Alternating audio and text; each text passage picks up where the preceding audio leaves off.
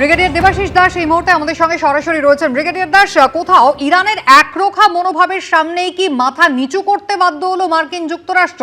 কতদিন দীর্ঘস্থায়ী হতে পারে এই সংঘর্ষ বিরতি এবং তার কতটা সুদূর প্রসারী ফলাফল আমরা পেতে পারি? একেবারেই যথার্থ বললেন আপনি। আমার ব্যক্তিগত মতামত যে একটা পরিত্রাণ পাওয়ার চেষ্টা ছিল ডোনাল্ড ট্রাম্পের, ইরানের যে আশা করেছিলেন তিনি জয় হবে সেরকম ভাবে জয় হয়নি। এখন কোনোভাবে এই পাক থেকে বেরোবার চেষ্টা করছিলেন এবং সেখানে গতকাল রাত অবধি তার ভয়াবহ সমস্ত আমরা টুইট দেখেছি যে আজকেই ধ্বংসের রাজ, একটা সাম্রাজ্য শেষ হয়ে যাবে এবং লক্ষ লক্ষ লোক মারা যাবে, এরকম আমরা আশা করছিলাম, আশঙ্কা করছিলাম যে হয়তো কিছু বড় ঘটনা ঘটাবে। দেখলাম যে উনি খুব চটজলদি পাকিস্তানের মধ্যস্থতাতে একটা সিজফায়ারের ব্যাপারে উনি রাজি হয়ে গেছেন। এটা শর্ত সাপেক্ষ, অস্থায়ী এবং দ্বিপাক্ষিক। ইসরায়েল তৃতীয় পক্ষ, বাট ইসরায়েল বলেছে ইউএস যেমন বলবে আমরা তেমন করব।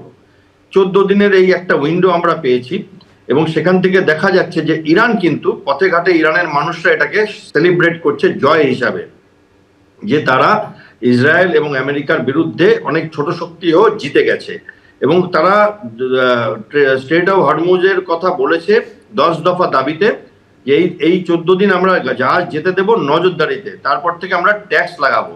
এই 14 দিনের মধ্যে ইসলামাবাদে মিটিং হবে এবং তারপরে সই সাবুত হবে, সেটা ট্রাম্পও জানিয়েছেন তার টুইটে।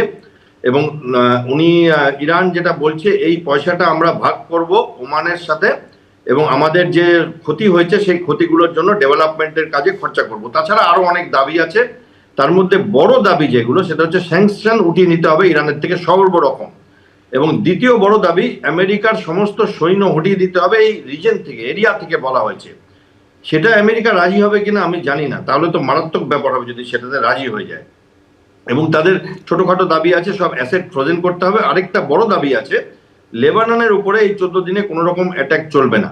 ইসরায়েল আবার এটাতে খুব একটা খুশি না, কারণ তারা তো এখন আজকে সকালেও বলছে যে লেবানন আমাদের এখন একমাত্র টার্গেট এই সিজফায়ারে। ফলে আমি খুব একটা আশা রাখছি না যে এই 14 দিনে খুব ভালো কিছু হবে। এমন তো না দুপক্ষই সময় কিনছে, কারণ ইরান রাশিয়ার থেকে হয়তো অস্ত্রশস্ত্র পাবে, চীন থেকে হয়তো আরো কিছু মদত পেয়ে আরো একটু শক্তি সঞ্চয় করে নেবে। নর্থ কোরিয়াও বলছে তারা নাকি কিছু দেবে। এবার আসা যাক যে আমেরিকা, তারাও কি যে সব যুদ্ধজাহাজ তাদের ক্ষয়ক্ষতি হয়েছিল স্ট্র্যাটেজি বদলে আবার আসবে, নাকি একটা পরিত্রাণ কোনো রকম ভাবে মুখ রক্ষার হয়ে গেছে, তারা এখান থেকে মানে সরে পড়বে এই ভারত মহাসাগর থেকে। এবার আসি আপনি যেটা বললেন, দেখুন ভারতের জন্য একটা তো স্বস্তির শ্বাস তো আমরা নেব 14 দিন। এবং ভারত ছিল ওই 5টি দেশ যাদের ইরান কোনো রকম ভাবে আটকায়নি হরমুজে, তার মধ্যে রাশিয়া, চীন, পাকিস্তান ছাড়া ভারতও ছিল এবং ইরাক ছিল। তো এই 4টি দেশ তো এদের বন্ধু চিরকালেরই, কিন্তু ভারতকে তার আলাদা একটা মর্যাদা দিয়েছিল যে আমরা তোমাদের জাহাজ আটকাবো না। সেইখানে আশা করা যাচ্ছে যে ভারত নিশ্চয়ই এইখানে কোনো একটা আমাদের সুরাহা হবে, কারণ আমি জ্বালানির থেকে বেশি ভয় পাচ্ছিলাম যেটা আমাদের ফার্টিলাইজার। তো সেই জৈব সার তো সেরকম ভাবে ভারতে চলবে না, ফলে আমাদের তো কিনতে হয় রাসায়নিক সার এবং কিছুটা বানায়ও ভারত। সেই ইউরিয়া টিউরিয়া সমস্ত আটকে যেত।